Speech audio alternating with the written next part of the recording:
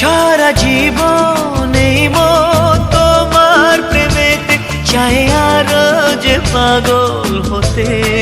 Hello everyone, তোমরা শুরুটা দেখে বুঝেই গেলে আজকের ব্লগটা কি নিয়ে। আজকে আমার বিয়ে, ট্যাংটা ন্যাং।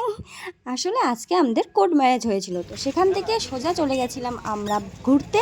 আর এটা হচ্ছে গাজলডোবা। তোমরা এই জায়গাটাকে নিশ্চয়ই চিনে থাকবে। তো দেখো কত সুন্দর একটা ঘোড়ার গাড়ি, এটা দেখে তো খুব ভালো লাগলো, কিন্তু এগুলোতে উঠতে গেলে অনেক টাকা লাগবে। এগুলোতে উঠে আমি বেকার টাকা খরচ করতে চাই না। তো আমরা সোজা ঘুরে টুরে চলে গেছি খাওয়ার দোকানে, মানে ফুচকার দোকানে। মেয়ে মানে তো জানো ফুচকা খেতেই লাগবে।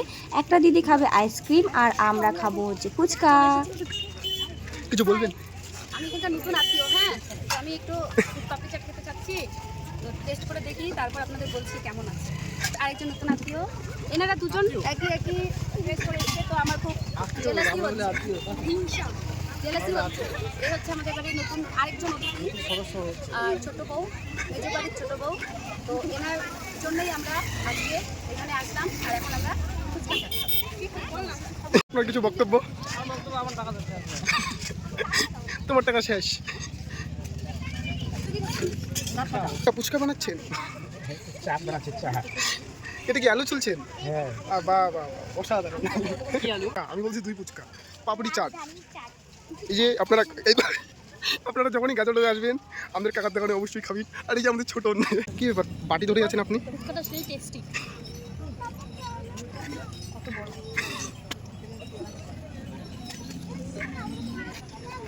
কি ব্যাপার, সবাই বিভিন্ন ধরনের খাবার খাচ্ছেন, আমি ফুচকা খেতে পারি না, তাই ফুচকা চাট খাচ্ছি। আপনি আবার মিষ্টি জিনিস খাচ্ছেন। আপনার কি কি ফুচকা? আপনার মুখটা মেলুন তো দেখি, মুখ ঢুকান তো।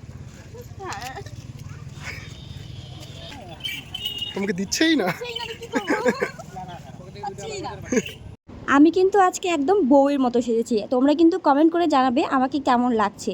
বাড়িতে অনেক আত্মীয় স্বজন এসেছে, তাই আমরা বাড়ি থেকে খাবার নিয়ে এসেছি টিফিন। তো সেটা খেয়ে একটু ঘুরেই ফুচকা খেয়ে চলে যাব, বেশি কিছু খাবো না আজকে।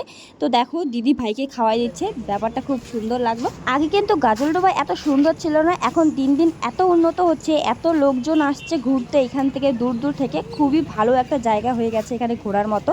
সরস্বতী পুজো বলো, তারপরে 15ই আগস্ট বলো, প্রচুর ভিড় হয় এখানে, পা রাখার জায়গা নেই এরকম অবস্থা হয়ে যায়।